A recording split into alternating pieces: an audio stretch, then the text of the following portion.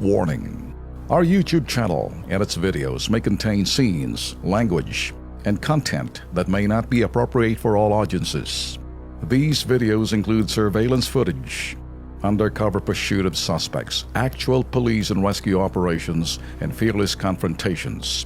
If you do not approve of the content, please do not watch our videos. If you wish to continue, we strongly advise that you proceed with caution. Viewers' discretion is advised. Okay, dumako naman po tayo sa reklamo pa rin po, pamprobinsya. Ito'y tulay po dyan po sa Ibaan, Batangas. Hindi naman daw sira, pero hindi raw mapakinabangan kapag tag-ulan na. Mga residente, umaalma na rin po. Panoorin natin.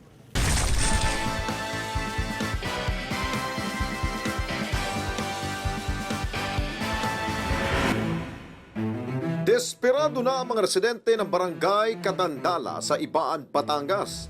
Ang nasirang tulay kasi sa kanilang nasasakupan, 30 taon na ang nakalipas hanggang ngayon ay nakatenga pa rin. May spillway man daw na pansamantalang ginawa, hindi na naman ito mapakinabangan. Ang mga estudyante tuloy sa kanilang lugar at karatig barangay tulad ng Mabalor at Panghayaan, kinakailangan pang umikot na higit kumulang 30 kilometro para makapasok sa eskwelahan. Ilang eleksyon na raw ang dumaan, ang pagpapagawa ng tulay ang palaging isinisigaw ng mga kandidatong politiko. Sa mahigit 30 taon nilang pagtitiis, hangad nila na iprioridad naman daw sana ng pamahalaan ang pagsasaayos ng kanilang tulay. Okay, nakita naman na siguro yung kondisyon po ng daanan na yon kapag hindi naman po ito sira eh. Ang problema lamang po, ka-level po niya yung ilog. Oo. Kapag mag-overflow po yung tubig, yung ilog, kitang-kita nyo naman halos hindi na humadaanan. Mahirap At kapag pag bumagyo. malakas ang agos ng tubig, delikado yung mga sasakyan. Ang problema dyan, Lex, 30 years ago pa to. Matagal. No? At ang lagi daw 30 taon na. pinapangako daw ng mga gobernador na tumatakbo po dyan sa lalawigan ng Batangas, ayusin ko ang tulay na yan. Gobernador! Sino bang gobernador doon ngayon? Ilang presidente na dumaan? Bagong gobernador lang yun. Dati si Ate V. Ate V! Ba't hindi nyo ba pinapaayos tong tulay na ito? Naku po! Ha? O, nasa linya na ba? Okay, nasa linya na. Wala pa. So, atin mo siguro pakiusapan ang bago hong gobernador po ng Batangas dahil hindi na si Ate B ang gobernador doon. Si Governor Mandanas yata ang bagong gobernador doon. I'm sure baka ito po'y mabibigyan pong pansin. Pero subukan natin ang DPWH po.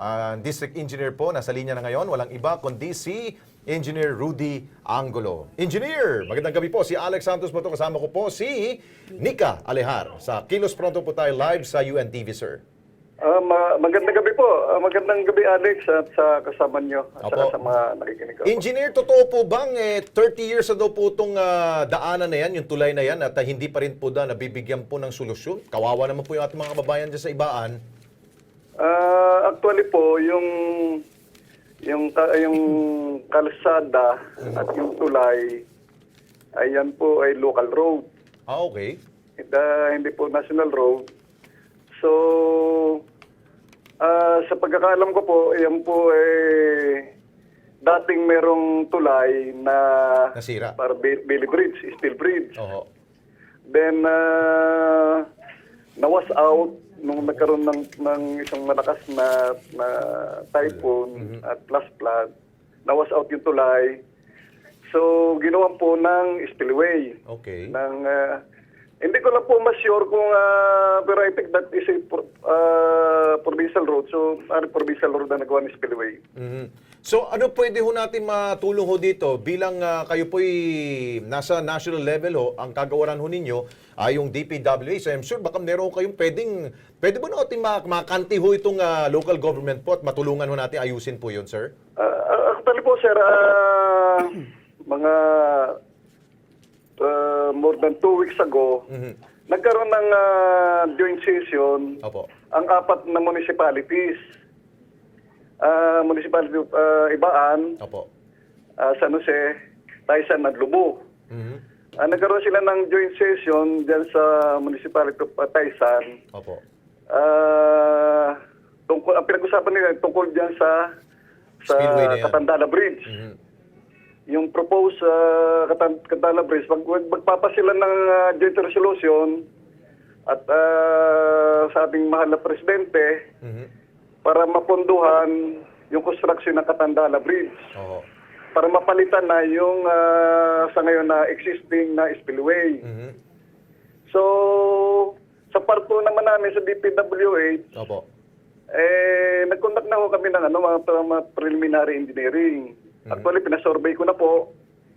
At ginagawa na po ngayon ongoing yung aming preparation nung plano ng tulay. At estimate yung program para to support dun sa ginawa nilang joint resolution. Oo. So, ito po naman tulong-tulong na po naman dito yung 4 na munisipyo na nabanggit ko. Kasama na rin po ang opisina ni Congresswoman Bulilla ng 4th District at saka ni Congresswoman Vilma Santos. Oo. At saka full support din po si Governor Mandanas kasi nung magkaroon ng joint session, nandun din po yung kanyang representative ng provincial government. So, tulong-tulong para ma-realize yung construction ng Katandala Bridge. Aha. So, engineer, para maintindihan po ng mga taga-Ibaan, ibig sabihin ho ninyo, meron pong gagawin na joint na project po ito ng 4 po ng mga munisipalidad para po sa isang common na tulay. Parang ganun po ba ang pagkaintindi ko? Nagkaroon sila ng parang joint session, yung 4 na municipalities. Okay. Nabanggit ko, gagawa sila isang resolution na isusubmit nila sa ating Pangulo na mapunduhan yung construction ng Katandala Bridge. Okay. Para hindi na ho yung pares nga nung alam mo natin yung namang motorista na talagang medyo delikado po talaga. Delikado talaga. Personally po ilang beses akong pumunta doon. So napakadelikado kasi yung approaches nung spillway di ka ngayon napakalito sa winding, steep.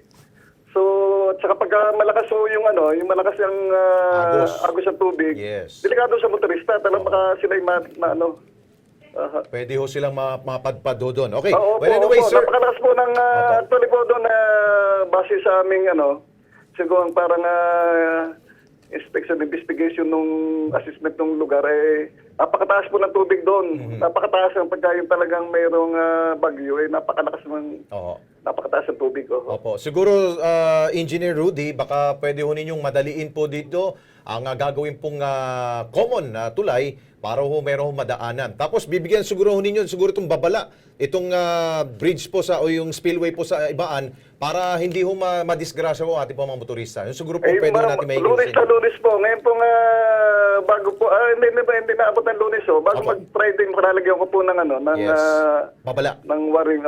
Palalagyan ko po doon. Okay. With that, Engineer Rudy, thank you so much po at magandang umaga po sa inyo. Magandang gabi po sa inyo. Maraming salamat po sa inyo at mabuhay po tayong lahat po. Thank you, sir.